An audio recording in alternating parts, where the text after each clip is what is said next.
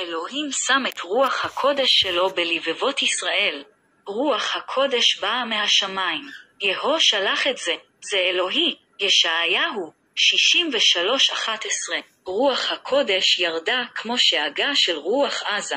זה נראה כמו לשונות של אש. זה נגעה בהם. הם התחילו לדבר בשפות שונות. השליחים 1:1-4 בכוח רוח הקודש דוד ניבא. פיטר וג'ון הניחו את ידיהם על אנשים, הם קיבלו את רוח הקודש.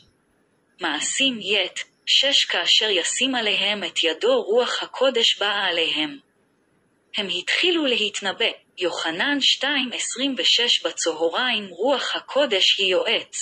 זה מנחם, זה ירפא את הפצעים הפנימיים שלך. רוח הקודש היא מורה, מנהיגה, מדריך וחבר במצוקה. תהילים 51:13 דוד ביקש